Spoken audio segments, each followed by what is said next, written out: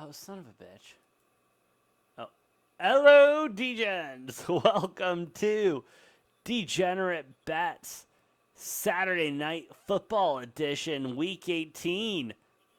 I, of course, am the brofict one, AJ, and with me is the guy who knows everything, all the stats, just the numbers, the sportsbook whisperer, Mr. Noah Engelbretson.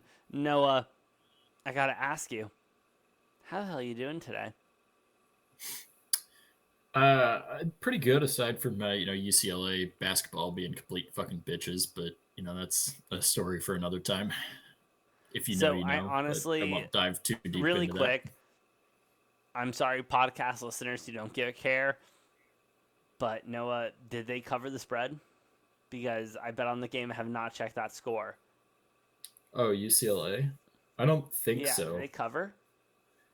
I don't think so. They Because I had weren't. Long Beach on the spread full game at like It 23 and a was half, it was an 24 and a half. 18 point game. So yes, Long Sweet. Beach Fuck yeah, I made covered. money.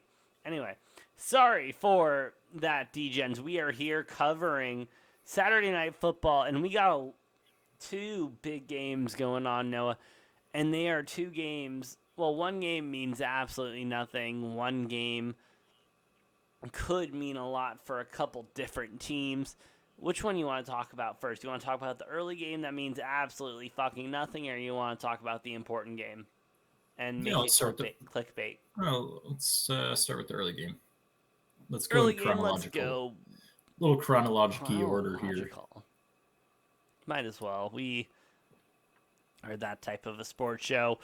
No, we got the Kansas City Chiefs at the Denver Broncos. Kansas City Chiefs are an 11.5 point favorite going into this game, the total being at 45 points. I mean, don't get me wrong. Denver sucks. But Kind of, what but is like one not. thing this show has been very prominent about? Chiefs can't cover a fucking spread to save your life. That's all I have to say. And Noah, I'm looking at the bets and everything right now. You got 83% of the bets on the Chiefs to cover the spread. 99% of the money on them to cover the spread. I That'll mean, change. you think that'll change before Saturday? We are recording this on a Thursday evening. Anything that's going to change? I do think it'll shift a little bit, which is why I think just take the Broncos right now, at the plus 11. Broncos. Because, the other thing too is most lines tend to slim as you get closer to kickoff, tip off, whatever, puck drop, depending on the sport. The lines seem to, they get a little smaller typically as we get closer in. Not always, but usually. I don't expect this to be at a full 11 by the time kickoff happens on Saturday. So, I'm gonna go ahead and just jump on Denver plus 11 right now, and um, my reasoning is there's a lot of big spreads this week. Denver is sitting at a 7-9 record. They don't really have a reason to tank this game. No, they have no reason Um, to take this game. They're playing this game for division pride. rivals Yeah, division rivals typically play each other really hard unless they're in a situation where they are, resting starters or trying to tank for a better draft pick. Um, Denver's not in that scenario. The Chiefs obviously won't be resting starters because they're still fighting for the potential to get that one seed. But yeah, I think Denver keeps it within 10 points. I'm with you, dude. They keep it within 2 touchdowns. Kansas City, don't get me wrong, they are firing on all cylinders right now. We've seen that the last 2 weeks. However, um, I just saw it. Give me Well, one hot second to pull it up. well, they They were firing on are one they and were firing on four against the spread half in the last cylinders. 5. They were firing on half cylinders last week. Not Whatever all you want to cylinders. Their defense looked describe like on absolute hot. Their defense looked like a hot, steaming pile of shit last week against the Bengals. And that's why they are 1-4 against the spread in their last 5 games. That's why I'm also going with Denver plus the 11, 11.5, whatever you can get it at. I mean, if you're betting on the Chiefs, like, I'm so sorry. Like, fucking donate to our channel or something and use your money doing something better. If you're betting on the Chiefs, like, the fuck, dude? Like, we will literally do so much better with your money than they will. Well, than you're doing right now, actually, because you're betting on the Chiefs. Yeah, we'll probably we'll use that money to continuously tell you not to bet on the Chiefs to cover the spread. I did want to touch on real quick. I'm also on the under on that Kansas City and Denver game. AJ, I don't know about yourself. What did I have that under at? Like 45 and a half, maybe. Yeah, 45. Yeah, I think this is going to be a weird low-scoring game shootout. In the Mile High. Or not shootout, but low-scoring affair. I think Kansas City's going to be a little sloppy, but I don't trust that Denver offense to score a whole lot of points. So can't trust that Denver offense. You really can't. No, let's talk about another offense you really can't trust. And this is the last game on our Saturday night slate. The Philadelphia Eagles are the home team and they are hosting the Dallas Cowboys. And them boys are 4.5 point favorites in this game, total at 43.5. Bro, I have been so conflicted about this line ever since it came out.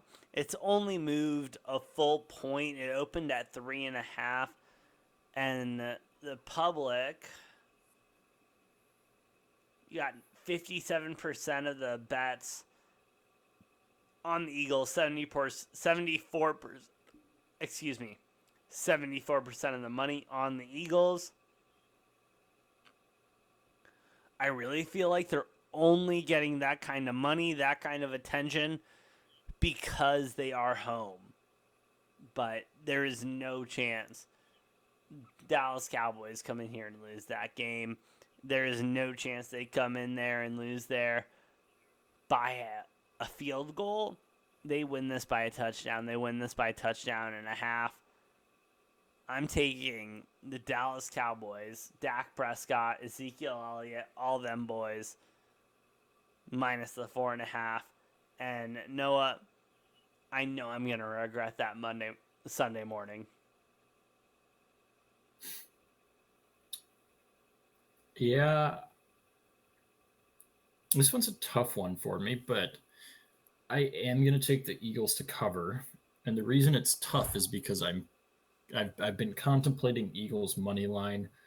I don't think I'm confident enough to take the money line, but I will take the 5 points. I mean, I'll probably buy it to 6.5 maybe, because I hate that number 5. That number 5 is just not something I enjoy. You hate 5 with football.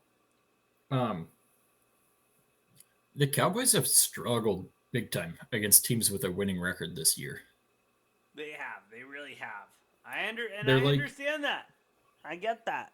They're 2-4 against teams with a win. So the fact that they've had as cupcake of a schedule as they have, where they've only played 6 teams with a winning record, they're 2-4 in those games. The Cowboys, they don't scare me. Nobody's scared of the Cowboys right now. They're whatever. Philly's offense is clicking really well right now. They're putting up a lot of points. I don't know if their defense is quite there, but I don't think the Eagles are good enough to the point where they're poised for any sort of Cinderella playoff run by any means, but I think they'll have a chance against the Cowboys, especially at home. And so I'm going to take Philly on the points, probably buy that up, and then over 43, easy.